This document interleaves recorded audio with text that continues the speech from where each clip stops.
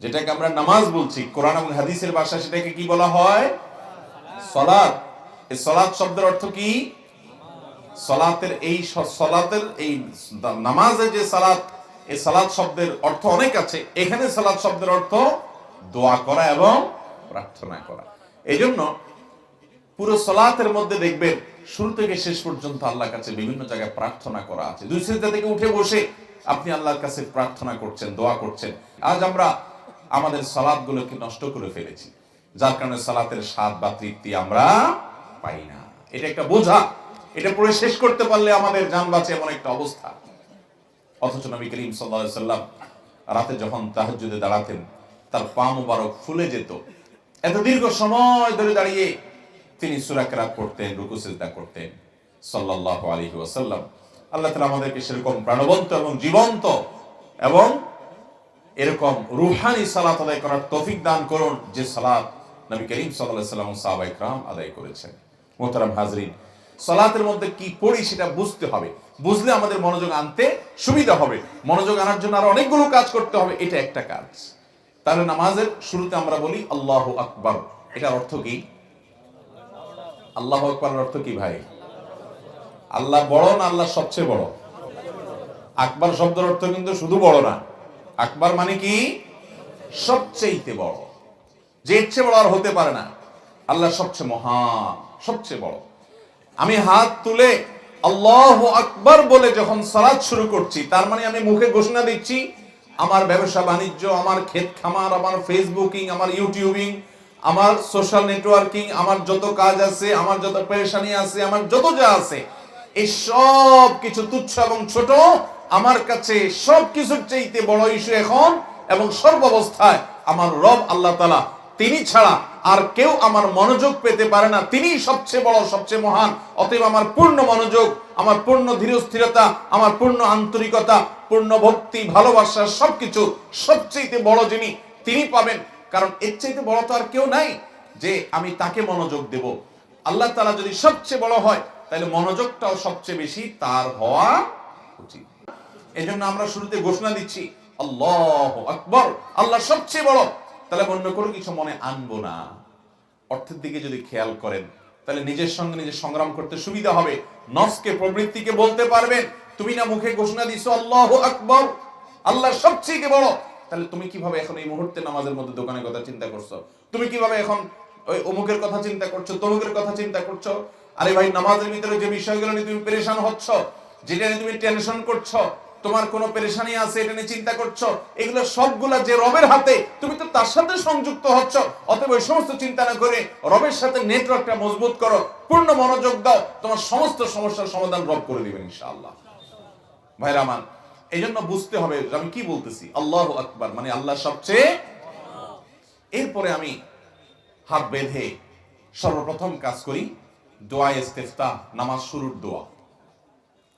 আবু দাউদ এবং তিরমিজি বর্ণিত হাদিসে যে দোয়াটি আছে সেটি আমাদের সমাজে, আমাদের দেশে বেশিরভাগ মানুষ আমরা পড়ি। সুবহানাকাল্লাহুম্মা ওয়া বিহামদিকা ওয়া তাবারাকা ইসমুকা ওয়া তাআলা জাদ্দুকা ওয়া লা ইলাহা গায়রুক। দেখেন, এই যে সানা, এই যে নামাজ শুরুর দোয়াটা, এটা দেখবেন আপনি অর্থের দিকে খেয়াল করলে অবাক হবেন। সুবহানাল্লাহ, আল্লাহর সাথে কিন্তু আপনি কথা বলছেন, আল্লাহকে আপনি ডেকে ডেকে কথা বলছেন, অ্যাড্রেস করছেন। আপনি কাউকে অ্যাড্রেস করছেন আর মনোযোগ তার দিকে নাই, এটা তো অভদ্রতা, এটা তো অসৌজন্যতা, এটা তো বেয়াদবি, এটা তো অসম্মান করার মতো হয়। আপনি যখন এটার অর্থের দিকে খেয়াল করবেন, তখন আপনার নফস অন্যদিকে যেতে পারবে না। নফসকে আপনি বলতে পারেন, তুমি না আল্লাহর সাথে কথা বলছো, তোমার মনোযোগ কিভাবে অন্যদিকে যায়? সাথে সাথে নফসকে আপনি কান ধরে আবার ফেরত আনতে পারবেন। সুবহানাকাল্লাহুম্মা এর অর্থ হলো, হে আমার আল্লাহ, হে আল্লাহ, আমি আপনার পবিত্রতা বর্ণনা করছি। আমি আল্লাহর সাধারণ সৃষ্টি ভাই, আমি মহান রবের পবিত্রতা বর্ণনা করছি। সুবহানাকাল্লাহুম্মা, হে আল্লাহ, আমি আপনার পবিত্রতা বর্ণনা করছি। ওয়া বিহামদিক, এবং আপনার প্রশংসা করছি, আপনার গুণকীর্তন করছি। সুবহানাকাল্লাহুম্মা ওয়া বিহামদিকা ওয়া তাবারাকা ইসমুকা, এবং আপনার নাম এটা মহান, এটা বরকতময়। আপনার নাম এটা বরকতময়। ওয়া তাআলা জাদ্দুকা, আপনার মর্যাদা সুমহান, সবচেয়ে বেশি, আপনি স্রষ্টা, সব সৃষ্টি। ওয়ালা ইলাহা গায়রুক, এবং আপনি ছাড়া সত্যিকারের কোনো মাবুদ নাই। দেখেন এখানে আপনি আপনি করে প্রত্যেকটা জায়গায় কিন্তু সম্বোধন করছেন। সুবহানাকাল্লাহুম্মা, হে আল্লাহ আপনার পবিত্র বর্ণনা করছি, ওয়া বিহামদিকা আপনার প্রশংসা জ্ঞাপন করছি, ওয়া তাবারাকাসমুকা আপনার নাম বরকতময়, ওয়া তাআলা জাদ্দুক আপনার মর্যাদা সুমহান, ওয়া লা ইলাহা গায়রুক আপনি ছাড়া কোনো সত্যিকারের মাবুদ উপাস্য নাই। এখানে কিন্তু কয়বার আপনি আপনি করে আল্লাহকে বলছেন, এতবার আপনি আল্লাহর সাথে কথা বলছেন ডাইরেক্ট ডেকে ডেকে। এই জন্য তো নবী সাল্লাল্লাহু আলাইহি সাল্লাম বলেছেন যে বান্দা যখন নামাজে দাঁড়ায় সে কিন্তু নামাজে দাঁড়িয়ে আল্লাহর সাথে কথা বলে।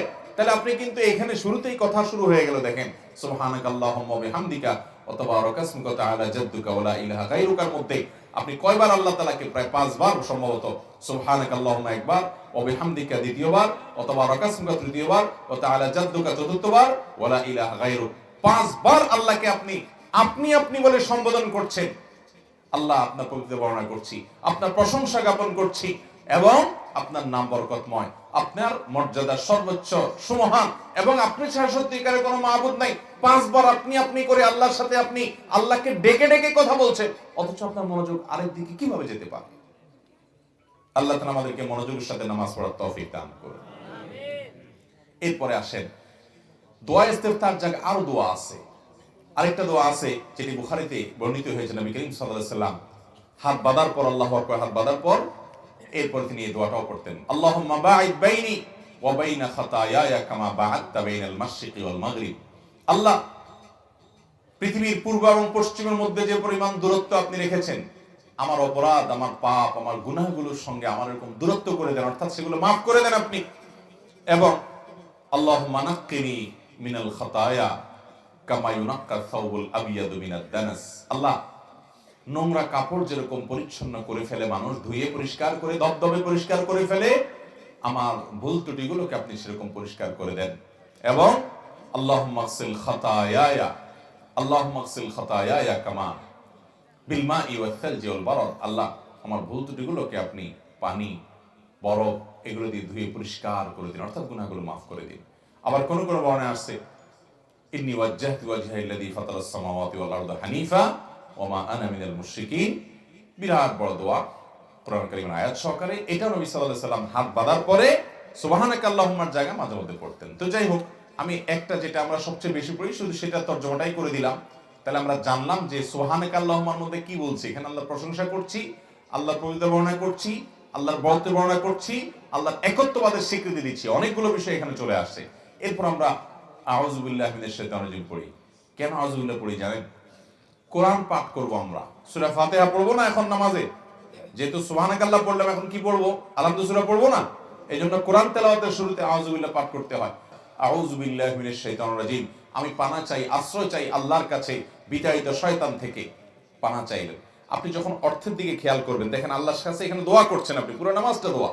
এখানে দোয়া শুরু হয়ে গেছে, আউযু বিল্লাহি মিনাশ শাইতানির রাজিম, অর্থাৎ আমি আল্লাহর কাছে আশ্রয় চাই, প্রার্থনা করি, পানা চাই বিতাড়িত শয়তান থেকে, যাতে শয়তান আমার মনোযোগ নষ্ট না করে, আমার তেলাওয়াতে বিঘ্ন সৃষ্টি না করে।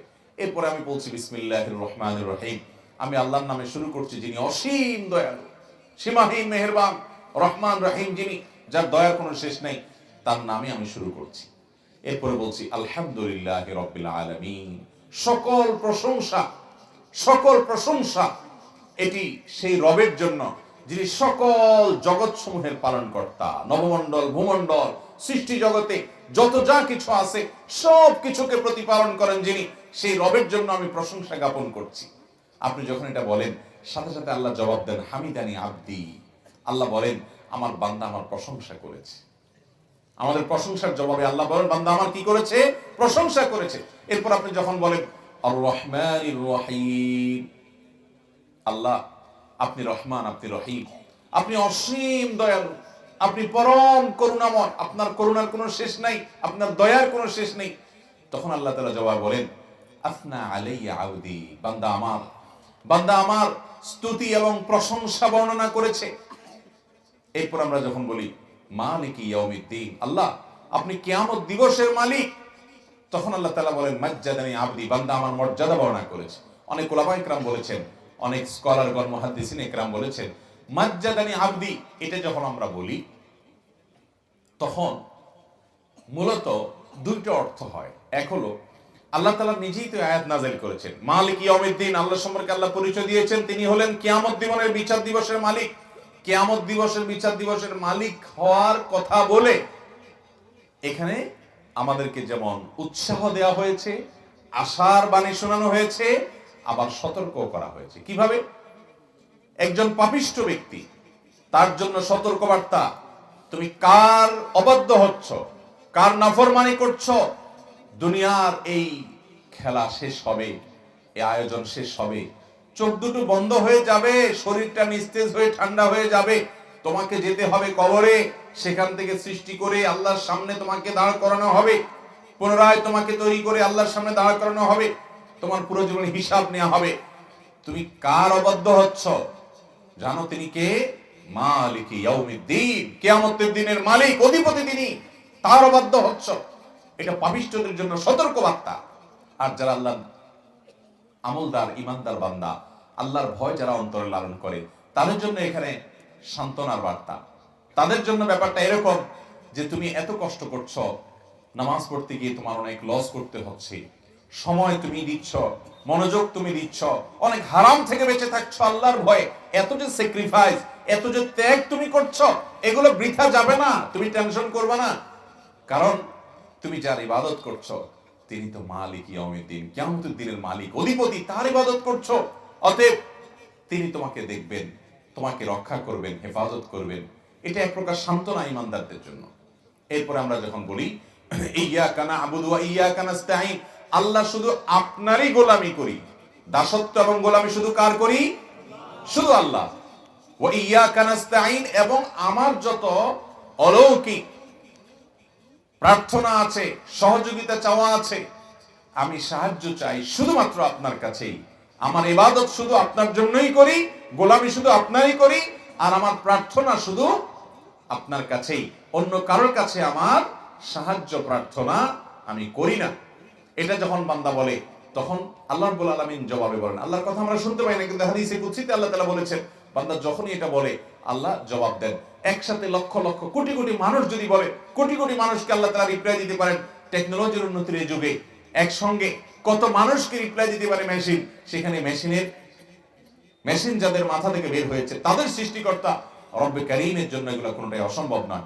তিনি জবাবে বলেন হাদা বাইনি ওয়া বাইনা আবদি, এই যে একটা কথা বান্দা বলল যে আল্লাহ আপনারই গোলামি করি আর আপনার কাছেই সাহায্য চাই, এটা আমার এবং বান্দার মধ্যকার একটা আলাপচারিতা, যে সে আমাকে গোলামি করে বলেছে এবং আমার কাছে সাহায্য চাওয়ার কথা বলেছে। বলে আবদি মা সাআল, আর বান্দা আমার কাছে যা চাইলো তাকে তাই দেয়া হবে। এরপরে যখন বান্দা একেবারে শেষেরটুকু পড়ে যে ইহদিনাস সিরাতাল মুস্তাকিম, সাহায্যটা কি চাই? মূলত আল্লাহ আমাকে সঠিক পথ দেখান। আল্লাহ আমি জানি না, দুনিয়াতে হাজারটা পথ, এক একজন এক এক দিকে ডাকে, আমি মাঝে মধ্যে ধোঁয়াশার মধ্যে পড়ে যাই, কোন পথে চললে সেই পথের শেষ মাথায় জান্নাত মিলবে। আমি যেটাকে জান্নাতের পথ মনে করে আগাচ্ছি, না জানি শেষে জাহান্নাম অপেক্ষা করছে, আমি জানি না। আমি সত্য পথ থেকে না জানি ডানে বামে বিচলিত হয়ে যাই। সেজন্য ইহদিনাস সিরাতাল মুস্তাকিম, আল্লাহ আপনার প্রশংসা গুণকীর্তন করছি আমি, আপনি আমাকে সঠিক পথ, সিরাতে মুস্তাকিম, সরল পথটা আপনি আমাকে দেখিয়ে দেন। সিরাতাল লাযিনা আন'আমতা আলাইহিম, সঠিক পথ কোনটা? সেই সকল ব্যক্তিবর্গের পথ যাদের প্রতি আপনি নেয়ামত দিয়েছেন, তাদের পথ। তারা কারা? অন্য আয়াতে আল্লাহ বলেছেন উলাইকাল লাযিনা আন'আমাল্লাহু আলাইহিম মিনান নাবিয়্যিনা ওয়াস সিদ্দীকিনা ওয়াশ শুহাদা'i ওয়াস সালিহিন ওয়া হাসুনা উলাইকা রাফিকা, যাদের প্রতি আল্লাহ নেয়ামত দিয়েছেন তারা নবীগণ, সত্যবাদী ইমানদার বান্দাগণ, শহীদগণ, সৎ নেক কর্মশীল বান্দাগণ, সেই সব মানুষদের পথে আমাকে পরিচালিত করিয়েন আল্লাহ। সূরা ফাতিহার মধ্যে আমরা দোয়া করি গায়রিল মাগদুবি আলাইহিম ওয়ালাদ দাল্লিন, যাদের উপরে আপনার গজব নাজিল হয়েছে, ইহুদিরা, ওয়ালাদ দাল্লিন, আর যারা পথভ্রষ্ট হয়ে গেছে, সঠিক পথ থেকে সরে গেছে, খ্রিস্টানরা, এই দুই গ্রুপের পথে যেন আমি না চলি আল্লাহ, আমি যেন নবীদের পথে থাকতে পারি, আপনার নেয়ামতপ্রাপ্ত বান্দাদের পথে থাকতে পারি। এভাবে সূরা ফাতিহাতে আমরা আল্লাহর কাছে দোয়া করি, এরপরে বলি আমিন, অর্থাৎ আল্লাহ আপনি আমার দোয়া কবুল করেন। তাহলে দাঁড়িয়ে আমরা আল্লাহতে সূরা ফাতিহার মধ্যে মূল বিষয় হলো আল্লাহ প্রশংসা গুণকীর্তন করার পর এর উপর আল্লাহর কাছে আমরা আসল জিনিসটা চাই, সেটা হলো হেদায়েত। হেদায়েত চাইতে গুরুত্বপূর্ণ কোনো জিনিস ইমানদারের জীবনে নাই। প্রতি রাকাতে হেদায়েতের প্রার্থনা করার শিক্ষা স্বয়ং আল্লাহ তাআলা দিয়েছে। এরপর আসেন আমরা সূরা মিলাই। বিসমিল্লাহ তর্জমা তো জানলেন। সূরাতে এসে আমরা অনেক সূরা মিলাই, আমরা যার যেটা সুবিধা হয় আমরা মিলাইতে পারি। আমি শুধু দুইটা সূরার কথা বলি, সূরা কাফিরুন, সূরা ইখলাস। বিভিন্ন সালাতের মধ্যে আকারেও ছোট, আবার এই সূরাগুলোর পড়ার ব্যাপারে উৎসাহিত দেওয়া করা হয়েছে বিভিন্ন জায়গায়। সূরা কাফিরুন আমরা কি বলি? কুল ইয়া আইয়ুহাল কাফিরুন, হে রাসূল আপনি বলে দিন, হে কাফিররা, লা আ'বুদু মা তা'বুদুন, তোমরা যাদের ইবাদত করো এই সমস্ত মূর্তির ইবাদত উপাসনা আমরা করি না।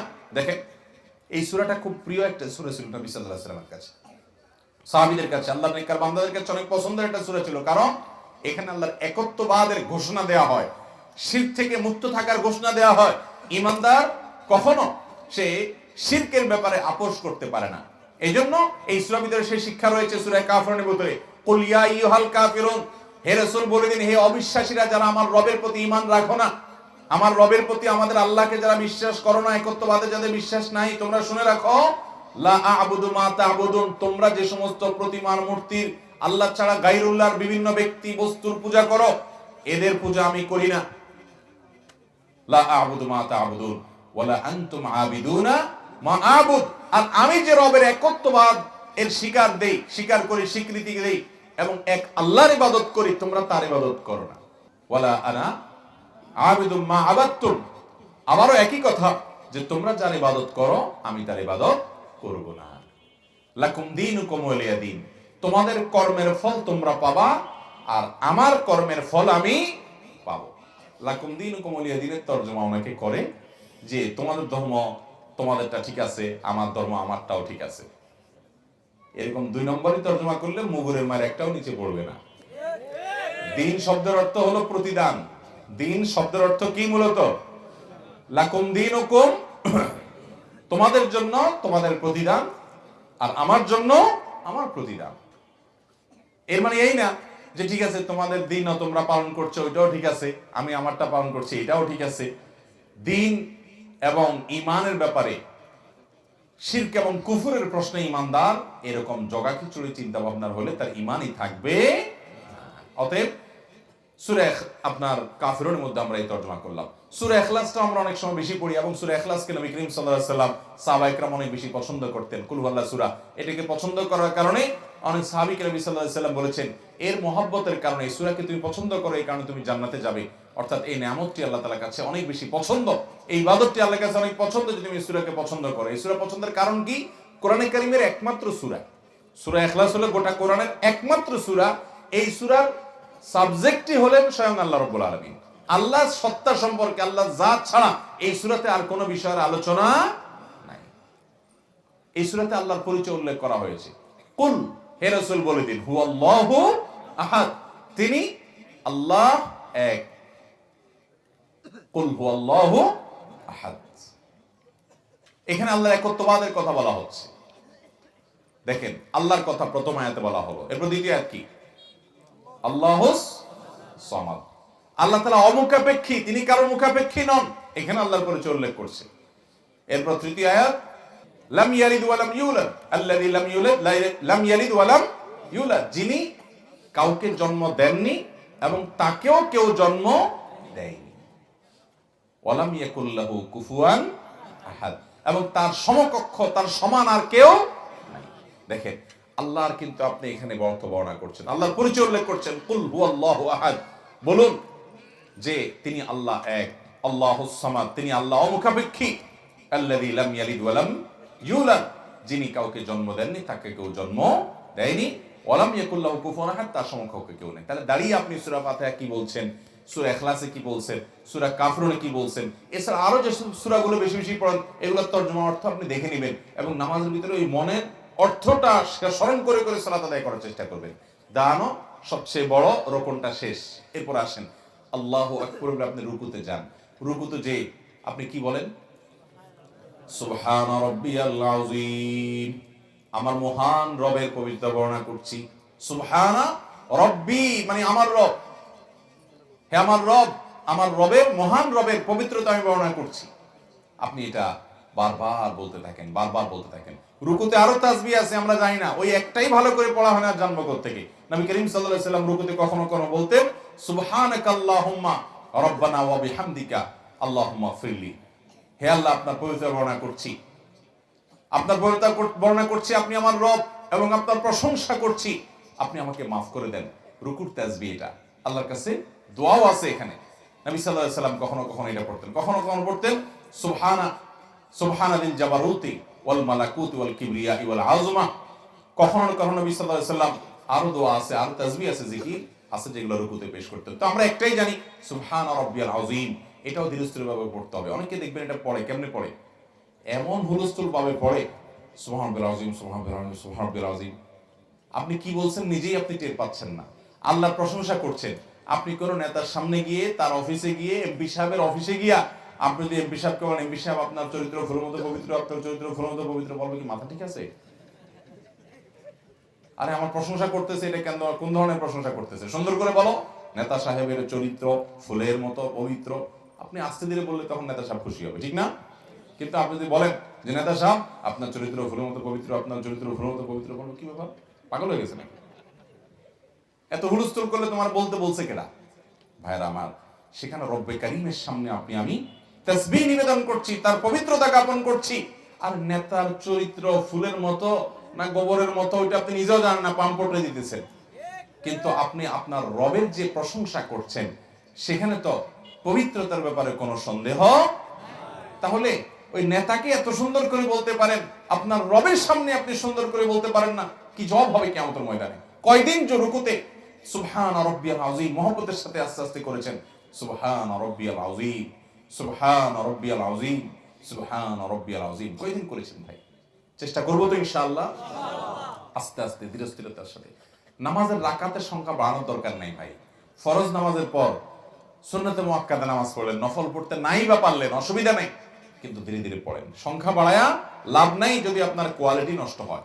কোয়ালিটি ঠিক রাখেন, আল্লাহ তাআলার কাছে হুলস্থুল মার্কা নামাজের কোনো দাম হবে না। খুব ধীরে ধীরে পড়তে হবে। এরপরে রুকু থেকে তাসবিহ শেষ করার পর আপনি দাঁড়াবেন, কি বলে উঠবেন? সামি আল্লাহু লিমান হামিদা। এর অর্থ যে আল্লাহর প্রশংসা করে, আল্লাহ কিন্তু এটা শুনতে পান, আল্লাহ সেটা শুনতে পান। সামি আল্লাহু লিমান হামিদা, যে আল্লাহর প্রশংসা করে আল্লাহ তাআলা সেটা শুনতে পান। এটা বলতে বলতে আপনি রুকু থেকে উঠতেছেন, এবং এটা বলে যখন রুকু থেকে উঠলেন, তারপরে আপনি সাথে সাথে আল্লাহর প্রশংসা করে দিচ্ছেন, রব্বানা লাকাল হামদ। অনেক হাদিসে আসছে রব্বানা ওয়া লাকাল হামদ, দুইটা বিশুদ্ধ হাদিসে আসছে, রব্বানা ওয়া লাকাল হামদ বা রব্বানা লাকাল হামদ। আমি উঠার সময় বলছি যে আল্লাহর প্রশংসা কেউ করলে আল্লাহ কিন্তু শুনতে পান। সাথে সাথে আমি আবার বলে দিলাম, হে আমার রব, আপনার প্রশংসা আমি জ্ঞাপন করছি। ওই যে আল্লাহ প্রশংসা শুনতে পান, এই জন্য আমি সাথে সাথে নিজে প্রশংসা করে দিলাম, আল্লাহ শুনলেন। এরপরে আরেকটা বাক্য আছে, আমরা বেশিরভাগ লোক জানি না। রব্বানা লাকাল হামদের পরে কি আছে বলেন তো? মাশাআল্লাহ, মাশাআল্লাহ। কক্সবাজারের মানুষ তো অনেক জানেন, মাশাআল্লাহ, দেখা যাচ্ছে। বেশিরভাগ মানুষ আমাদের জানেন না। রব্বানা লাকাল হামদ হামদান কাসীরান তাইয়িবান মুবারাকান ফীহ। এক সাহাবী নামাজের পেছনে, নবী করিম সাল্লাল্লাহু আলাইহি ওয়াসাল্লামের পিছনে, উনি যখন সামি আল্লাহু লিমান হামিদা বলছেন, সবাই রব্বানা লাকাল হামদ বললেন, এক সাহাবী এটা বলে উঠছে, হামদান কাসীরান তাইয়িবান মুবারাকান ফীহ। নবী সাল্লাল্লাহু আলাইহি ওয়াসাল্লাম বললেন নামাজের পরে, কে এটা পড়ছো? এখন যিনি পড়ছে উনি আর ভয় কিছু যে আমি ভুল টুল করলাম নি কোনো। তখন নবী করিম সাল্লাল্লাহু আলাইহি ওয়াসাল্লাম বলেছেন যে ভয় ভয় উনি বললেন, ইয়া রাসূলুল্লাহ, আমি বলছি কোনো সমস্যা? বললেন না, সমস্যা তো না, বরং আল্লাহর ফেরেশতারা এই বাক্যটা বলার পর তারা কাড়াকাড়ি করছিল কে আল্লাহর কাছে এটা নিয়ে জমা দিবে। এত বেশি ফজিলতপূর্ণ মর্যাদাপূর্ণ একটা ইবাদত তুমি করেছো। এই জন্য ভাইরা, রুকু থেকে উঠেই হুলস্থুল করে দৌড় দিবেন না। অনেকে তো এমন ভাবে রুকু সিজদা করে ভাই, হাবভাব এরকম যে বাসায় যদি আসতে আসতে রাস্তাঘাটে দাঁড়ায় দাঁড়ায় সূরা কেরাত গুলো পড়ে ফেলান যাইতো, শুধু মসজিদে আইসা রুকু সিজদা গুলো মেরে দিয়ে চলে যাওয়া যেত, তাহলে সবচেয়ে ভালো হতো। এটা বোঝা যায় কেমনে জানেন? মনে করেন আল্লাহু আকবার বলে হাত বাঁধলো, তুফান মেল সূরা ফাতিহা পড়ে ফেললো, কি পড়লো নিজেও টের পাইলো না, আরেকটা সূরা মেরে ফেললো তাও টের পাইলো না। অনেক সময় যদি নামাজের পর জিজ্ঞাসা করেন, আপনি নিজেকে জিজ্ঞাসা করেন, মনে করার চেষ্টা করেন কোন সূরা পড়ছি আজকে, বলতে পারবেন না, খবর নেই। চিন্তা করেন, এরপরে আপনি রুকুতে যাচ্ছেন, অনেকে দেখবেন সূরা এখনো শেষ হয় নাই, পড়তেছো ছোট একটা সূরা, তাও এখনো শেষ হয় নাই, ওই শেষের দিকে এক আয়াত পড়ে পড়তে পড়তে রুকুতে চলে যাচ্ছে, মানে বাকিটা পথে পথে পড়তেছে, আছে না নাই? রুকুতে গিয়া সুবহান রাব্বিয়াল আযীম সুবহান রাব্বিয়াল আযীম দুইবার বলছে, তৃতীয়বার সে উঠতে উঠতে পথে পথে পড়তেছে। এই নামাজ নিয়ে আল্লাহর সামনে কিভাবে যাবেন ভাই? কি কাজে আসবে সালাত? এক ব্যক্তি এরকম নামাজ পড়ছে, নবী সাল্লাল্লাহু আলাইহি সাল্লাম ডেকে বলছেন, এদিকে আসো। এরকম তাড়াহুড়া করে নামাজ পড়ার পরে বলছেন, কুম ফাসাল্লি ফা ইন্নাকা লাম তুসাল্লি, যাও আবার নামাজ পড়ো, কারণ তোমার নামাজ হয় নাই। নামাজই হয় নাই, উনি যে আবার পড়লেন। একই অবস্থা, তুফান মিল নামাজ। নবী সাল্লাল্লাহু আলাইহি সাল্লাম এবারও ডাক দিলেন, উনি আসলেন, নামাজ শেষ করে এসে সালাম দিলেন নবী সাল্লাল্লাহু আলাইহি সাল্লামকে। তখন তিনি বললেন, কুম ফাসাল্লি ফা ইন্নাকা লাম তুসাল্লি, আবার পড়ো, তোমার নামাজ হয় নাই। তিনবার পড়ার পর লোকটা এবার এসে বলছে, ইয়া রাসূলুল্লাহ, বিনয়ের সাথে বলছেন, আমি এর চাইতে ভালো নামাজ তো আর জানি না, আপনি আমাকে তাহলে শিখাই দেন। তখন নবী করিম সাল্লাল্লাহু আলাইহি সাল্লাম বলেছেন, তুমি যখন দাঁড়াবে ধীর স্থিরতার সাথে, আপনি আল্লাহু আকবার বলে হাত বাঁধছেন, একটু নিঃশ্বাস ফেলেন, দম নেন, এরপরে সানা সুবহানাকাল্লাহ শুরু করেন, এরপরে দম নেন, সূরা ফাতিহা শুরু করেন, এরপরে দম নেন, অন্য সূরা মিলানো শুরু করেন, তারপর আপনি একটু দম নেন, স্থির হন, একদম স্থির হয়ে রুকুর জন্য প্রিপারেশন নেন মেন্টাল, তারপরে এবার আল্লাহু আকবার, খুব ভক্তি সহকারে, গাম্ভীর্যতা সহকারে, যে এখন দাঁড়ার মধ্যে আমার অন্যদিকে মনোযোগ আসছে কিনা, এই জন্য আমি আল্লাহু আকবার বলছি রুকুতে যাওয়ার সময়, আল্লাহ সবচেয়ে বড়, আমার এই মনোযোগ রাখা যাবে না, আল্লাহ সবচেয়ে বড় বলে আল্লাহর কথা স্মরণ হয়ে রুকুতে আমি ঝুঁকে পড়ছি, আমি দাঁড়িয়ে প্রশংসা করছি, রুকুতে গিয়ে আমি ঝুঁকে পড়ে অবনত হয়ে আল্লাহর সামনে নিজের অস্তিত্বকে ভেঙে দিয়ে, ছোট করে, তুচ্ছ করে আমি আল্লাহর সামনে শ্রদ্ধা নিবেদন করছি। আমি কি করে নিজেও জানি না। এরপরে রুকুতে গিয়ে আপনি স্থির হয়ে সোজা হবেন, নবী সাল্লাল্লাহু আলাইহি ওয়াসাল্লাম ওই সাহাবীকে শিখাচ্ছেন।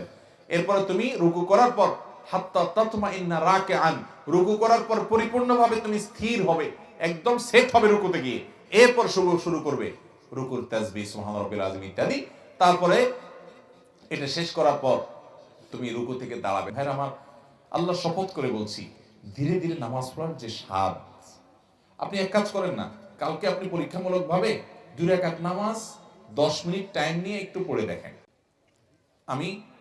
আমি শপথ করে বলছি, আপনার জীবনে এক ভিন্ন রকমের স্বাদ পাবেন। চেষ্টা করবেন তো ইনশাআল্লাহ? 2 রাকাত নামাজ পড়বেন মিনিমাম 10 মিনিট সময় নিয়ে, খুব আস্তে আস্তে, আলহামদুলিল্লাহি রাব্বিল আলামিন আর রহমানির রহিম মালিকি ইয়াউমিদ্দিন, অর্থের দিক খেয়াল করে করে বলবেন।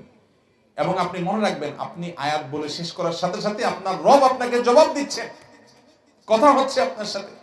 ইয়্যাকা না'বুদু ওয়া ইয়্যাকা নাস্তাইন, সূরা ফাতিহা পড়লেন, সূরা মিলালেন, এরপরে সূরা মিলানোর পরে হুলস্থুল করে দৌড় না, আস্তে আস্তে রুকুতে গেলেন, রুকুতে গিয়ে পিঠ মাথা থেকে কোমর পর্যন্ত বরাবর সোজা করলেন, টান টান করলেন, করে এবার আপনি তাসবিহ পেশ করেন, সুবহান রাব্বিয়াল আযীম, খুব ধীরে ধীরে, সুবহান রাব্বিয়াল আযীম, সুবহান রাব্বিয়াল আযীম।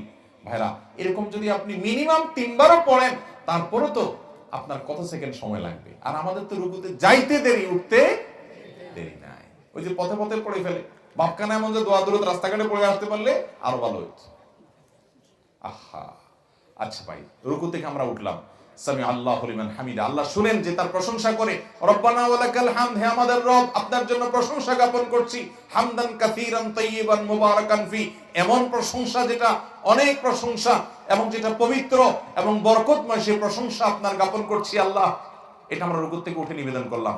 কতক্ষণ লাগবে এতগুলো কথা বলতে? আস্তে আস্তে যদি বলেন। নবী করিম সাল্লাল্লাহু আলাইহি ওয়াসাল্লাম রুকুতে যে পরিমাণ সময় দিতেন, রুকু থেকে উঠার পর কারিবান মিনার রুকু, রুকুতে যত সময় থাকতেন প্রায় তার কাছাকাছি সময় দাঁড়া অপেক্ষা করতেন। আমাদের বেশিরভাগ মুসল্লি অবস্থা হলো রুকু থেকে উঠেই আবার দৌড় দেই। ভালো করে মাসআলা শুনে রাখেন, রুকু থেকে উঠে সোজা হয়ে টান টান হয়ে যদি অপেক্ষা না করেন এক তাসবিহ পরিমাণ, বা সোজা হয়ে যদি আপনি না দাঁড়ান, তাহলে সেক্ষেত্রে আপনার নামাজই হবে না। এরকম জটিল একটা ব্যাপার ভাইরা আমার। এরপরে আমরা চলে গেলাম সিজদায়, আল্লাহু আকবার। ওই যে রুকু থেকে উঠলাম, তো এখন আবার আল্লাহর কথা, আল্লাহর বড়ত্বের কথা, যে এর মধ্যে আবার অন্যদিকে মনোযোগ গেল কিনা, আবার রিনিউ করতেছি না, আল্লাহ সবচেয়ে বড়।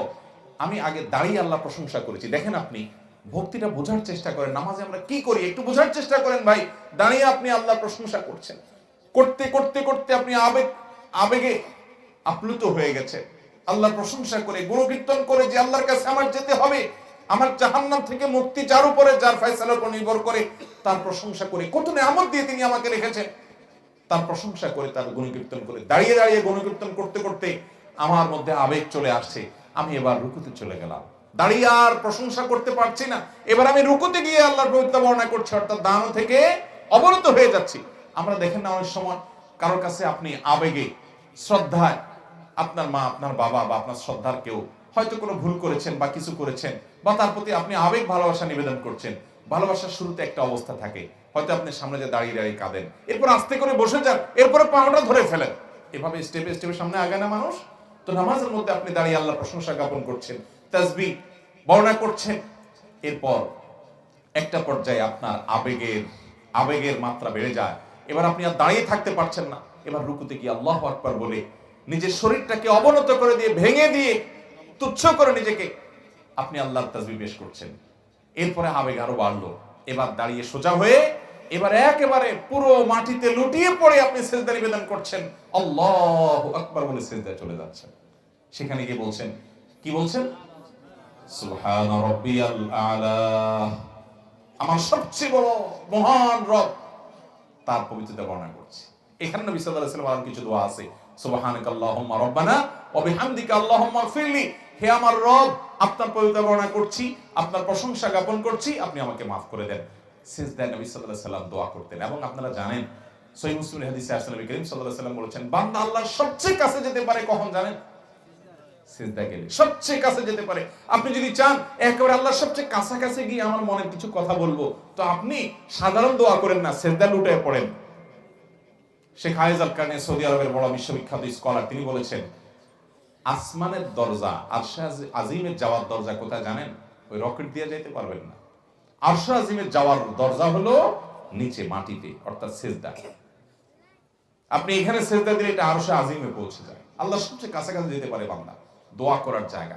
এই জন্য সিজদাতে ভক্তি সহকারে, ভালোবাসা সহকারে তাসবিহ নিবেদন করেন, আস্তে আস্তে সুবহান রাব্বিয়াল আলা 3 বার। এরপরে উঠে বসেন, আল্লাহু আকবার। আল্লাহু আকবার করে বসার পর এখানে একটা দোয়া আছে, বলতে পারেন আপনারা? বলেন তো। আল্লাহুম্মা ইগফিরলি ওয়ারহামনি ওয়াহদিনি ওয়াআফিনি ওয়ারযুকনি। এই দোয়াটা কয়েক হাদিসে কয়েক রকম আছে, যে কোনোটা পড়লেই হবে। ওয়ারফানি আছে, ওয়াজবুরনি আছে, ওয়ারযুকনি আছে, ওয়াআফিনি আছে। সবগুলো যদি একসাথে করেন তাহলে আল্লাহুম্মা ইগফিরলি ওয়ারহামনি ওয়াআফিনি ওয়ারফানি ওয়াজবুরনি ওয়ারযুকনি। আর রব্বিও আছে কোন কোন হাদিসে, রব্বিটা পড়লে হবে, রব্বিল ফিরলি ওয়ারহামনি ওয়াআফিনি ওয়ারফানি ওয়াজবুরনি ওয়ারযুকনি। এখানে কি চাওয়া হয়েছে জানেন? সব চাওয়া হয়ে গেছে। দুনিয়া তার কাছে যা পেশ করবে, দুই সিজদার মাঝখানে সব চাওয়া হয়ে গেছে। আল্লাহুম্মা ফিরলি, আল্লাহ আমাকে মাফ করে দেন, ওয়ারহামনি, আমার প্রতি রহম করেন, ওয়ারযুকনি, আমাকে রিজিক দান করেন, ওয়াআফিনি, আমাকে প্রশান্তি দান করেন, সুখ দান করেন, ওয়াজবুরনি, আমার ক্ষতি পূরণ করে দেন, এবং ওয়াহদিনি, আমাকে হেদায়েত দান করেন, সঠিক পথ দেখান। তাহলে দুই সিজদার মাঝখানে দোয়া পড়বো তো ইনশাআল্লাহ? ধীরে ধীরে পড়বেন, এগুলো সব দোয়া কিন্তু। এরপর আবার সিজদা গেলেন, সিজদা থেকে উঠে বসলেন, শেষ বৈঠকে। শেষ বৈঠকে বসে আপনি কি বলছেন? আত্তাহিয়াতু লিল্লাহ। এখানেও কিন্তু রুকুর মতো মনে রাখতে হবে, হুলস্থুল করে যাইতে যাইতে সিজদা, অনেকে আল্লাহু আকবার বলা শেষ, সিজদার তাসবিহ কপাল মাটিতে ফ্লোরে রাখার আগে আগে সিজদা তাসবিহ পড়া শুরু হয়ে যায়। আবার উঠার সময় উঠারটা উঠতে উঠতে শুরু করে, অর্থাৎ পথে পথে 2 তাসবিহ সেরে ফেলে, আর সিজদা গিয়ে 1 তাসবিহ দেয়। আছে না এরকম শর্টকাট নামাজি ভাইরা আমার? সিজদা গিয়ে স্থির হবেন, তারপরে এবার শুরু করবেন। এভাবে যদি পড়েন, অটোমেটিক আপনার 4 রাকাত নামাজে না হইলেও 10 মিনিট সময় লেগে যাবে। আল্লাহ আমাকে আপনাকে এরকম সুন্দর নামাজ পড়ার তৌফিক দান করেন। ভাইরা আমার, আমি আবার বলছি, এই পদ্ধতিতে যেভাবে বলছি, আপনি ধীরে ধীরে নামাজ পড়ে 4 রাকাত নামাজ পড়ার পর আপনার নিজের ভিতরে একটা ফিলিংস হবে, দেখেন, খেয়াল করেন, যে অনুভূতিটা হবে, এই অনুভূতিটা অবর্ণনীয় থাকবে। আপনি আর এই নামাজ ছাড়তে চাইবেন না। চেষ্টা করবেন তো ইনশাআল্লাহ? তাহলে সিজদা গিয়ে আপনি তাসবিহ নিয়ে শুরু করলেন, এখন উঠে বসলেন, শেষ বৈঠক। আত্তাহিয়াতু লিল্লাহ ওয়াস-সালাওয়াত ওয়াত-তাইয়্যিবাত। সকল মৌখিক ইবাদত, সকল শারীরিক ইবাদত মুখ দিয়ে উচ্চারণ করে আল্লাহর যে ইবাদত করা যায়, শরীর দিয়ে হাত পা দিয়ে যে আল্লাহর ইবাদত করা যায়, এবং ওয়াত-তাইয়্যিবাত, আর্থিক টাকা পয়সা খরচ করে যত ইবাদত করা যায়, এই সবগুলো কার জন্য? আল্লাহর জন্য। কোন পীর সাহেবের জন্য না, কোন মাজারের জন্য না, কোন ব্যক্তির জন্য না, এগুলো সবগুলো কার জন্য নিবেদন করছি? আল্লাহর জন্য। তাওহীদবাদী মুসলমান। আত-তাহিয়াতু লিল্লাহ ওয়াস-সালাওয়াত ওয়াত-তাইয়্যিবাত। আসসালামু আলাইকা আইয়ুহান নাবিয়্যু, হে রাসূল আপনার প্রতি আল্লাহর শান্তি বর্ষিত হোক। আসসালামু আলাইনা, এবং আমাদের প্রতি শান্তি বর্ষিত হোক। ওয়া আলা ইবাদিল্লাহিস সালিহিন, এবং আল্লাহর সকল নেককার বান্দাদের উপর শান্তি বর্ষিত হোক। আসসালামু আলাইনা ওয়া আলা ইবাদিল্লাহিস সালিহিন। এরপরে কি? আশহাদু আল্লা ইলাহা ইল্লাল্লাহ, আমি সাক্ষ্য দিচ্ছি আল্লাহ ছাড়া সত্যিকারের কোনো মাবুদ নাই, ইবাদতের উপযুক্ত আর কেউ নাই, এটা সাক্ষ্য আমি দিচ্ছি। ওয়া আশহাদু আন্না মুহাম্মাদান আবদুহু ওয়া রাসূলুহু, এবং আমি আরো সাক্ষ্য দিচ্ছি যে মুহাম্মদ তিনি আল্লাহর গোলাম এবং রাসূল। এরপর আপনি দুরূদ পড়তেছেন, আসল মহব্বতের জিনিসটা। আল্লাহুম্মা সাল্লি আলা মুহাম্মাদ, আল্লাহ আপনি রহমত নাযিল করেন মুহাম্মদের উপরে, কারণ তার মাধ্যমে আমরা হেদায়েত পেয়েছি, জান্নাতের পথ পেয়েছি। আল্লাহুম্মা সাল্লি আলা মুহাম্মাদ, আল্লাহ মুহাম্মাদের উপর আপনি রহমত নাযিল করেন। ওয়া আলা আলি মুহাম্মাদ, তার পরিবারের উপর রহমত নাযিল করেন। কামা সাল্লাইতা আলা ইব্রাহিম, যেমন আপনি রহমত নাযিল করেছেন আপনার নবী ইব্রাহিমের উপরে। ওয়া আলা আলি ইব্রাহিম, এবং তার পরিবারের উপরে অনেক বরকত দিয়েছেন, এজন্য তাদের বংশে নবী রাসূল হয়েছে। আমার নবীর প্রতি এবং তার পরিবারের প্রতি আপনি রহমত নাযিল করেন।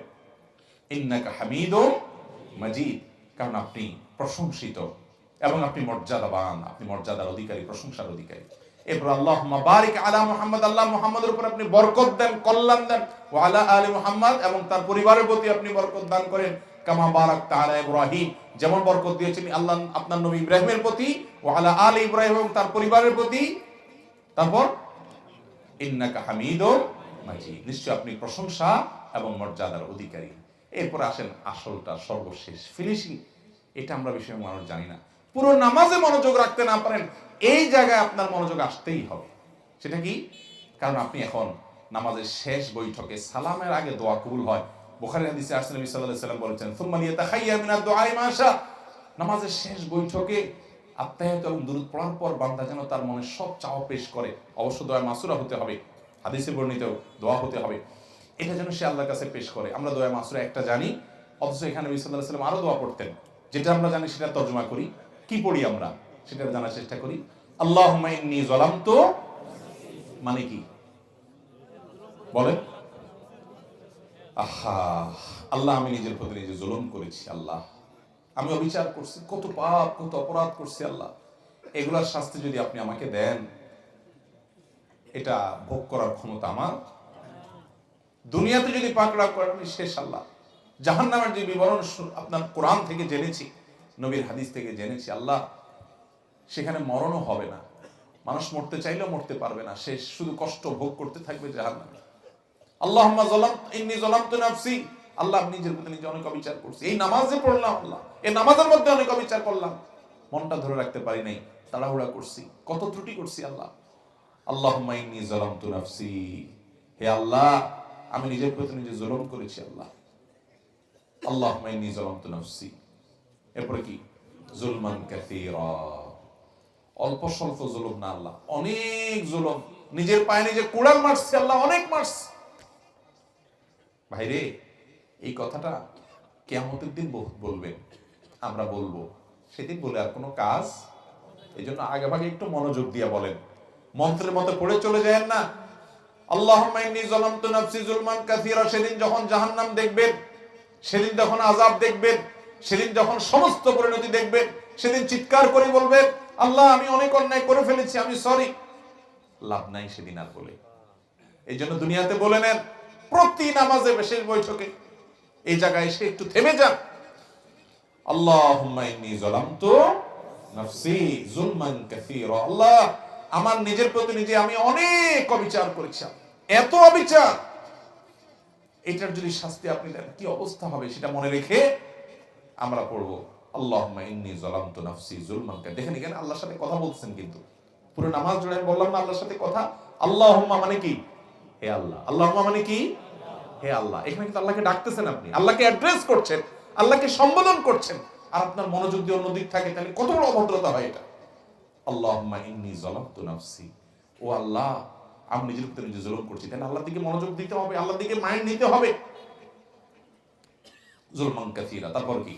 ওয়ালা ইয়াগফিরুয যুনুবা ইল্লা আনত, আর পাপাচার, যত অপরাধ আমি করছি, এগুলো আপনি ছাড়া কেউ মাফ করার ক্ষমতা কারোর ক্ষমতা নাই। দুনিয়াতে দালাল দিয়া, মামু দিয়া, খালু দিয়া বহুত পার হওয়ার রাস্তা আছে, কিন্তু মালিকের কাছে মাফ মালিক না করলে কোনো মামু খালু দিয়া পাওয়া যাবে। ওয়ালা ইয়াগফিরুয যুনুবা ইল্লা আনত। আল্লাহ, আমার অনেক পাপ অপরাধ আমি করেছি, এই নামাজটা পড়তে গিয়ে কত ভুল ভাল করে বসে আছি, কত অবিচার করছি, আপনার প্রতি অশ্রদ্ধা হয়, সেরকম অন্য মনস্ক হয়ে নামাজ পড়েছি আল্লাহ, এটা আল্লাহ আপনার প্রতি অশ্রদ্ধা হয়। আপনার সাথে কথা বলছি, মনোযোগ আমার অন্যদিকে, কত জুলুম আমি করেছি, পুরো নামাজ জুড়ে কত কিছু হয়েছে। ওয়ালা ইয়াগফিরুয যুনুবা ইল্লা আনতা, আমার এই পাপাচার গুলো আপনি ছাড়া কেউ মাফ করতে পারেন না। ফাগফিরলি, অতএব এবার আসল কথা এবার, অতএব ফাগফিরলি, আল্লাহ আমাকে মাফ করে দেন। মাগফিরাতাম মিন ইনদিক, আপনার নিজে থেকে আপনি মাফ করে দেন। ফাগফিরলি মাগফিরাতাম মিন ইনদিক ওয়ারহামনি, এবং আমার প্রতি আপনি রহম করেন, একটু মায়া করেন আল্লাহ। ইন্নাকা আনতাল গফুরুর রহিম, কারণ আপনি ক্ষমাশীল, আপনি বলেছেন, আপনি দয়ালু, আপনি বলেছেন, অতএব আপনি আমাকে মাফ করে দেন, আমার প্রতি দয়া করেন। এই জায়গায় নবী করিম সাল্লাল্লাহু আলাইহি ওয়াসাল্লাম আরেকটা দোয়া পড়তেন, আল্লাহুম্মা ইন্নী আউযু বিকা মিন আযাবিন নার, আল্লাহ আমি আপনার কাছে জাহান্নামের আযাব থেকে পানাহ চাই, ওয়া আযাবিল কবর, কবরের আযাব থেকে পানাহ চাই, ওয়া আউযু বিকা মিন ফিতনাতিল মাহইয়া ওয়াল মামাত, জীবন এবং মরণের যত ফিতনা আছে, বিভ্রান্তি আছে, ধোঁয়াশা আছে, ঈমান নষ্ট হয়, মানুষ বিপথে চলে যায়, সেগুলো থেকে আমি পানাহ চাই। ওয়া আউযু বিকা মিন ফিতনাতিল মাসিহিল দাজ্জাল, এবং দাজ্জালের ফিতনা যখন আসবে, যদি আমি বেঁচে থাকি, সেটা থেকে যেন আমি পানাহ পাই। সেই ফিতনা দেখে অনেকে বেঈমান হয়ে যাবে, তাকে আল্লাহ মনে করে ঈমান হারা হয়ে যাবে, ধোঁয়াশা পড়ে যাবে, আমাকে আপনি সে সময় হেফাজত করেন।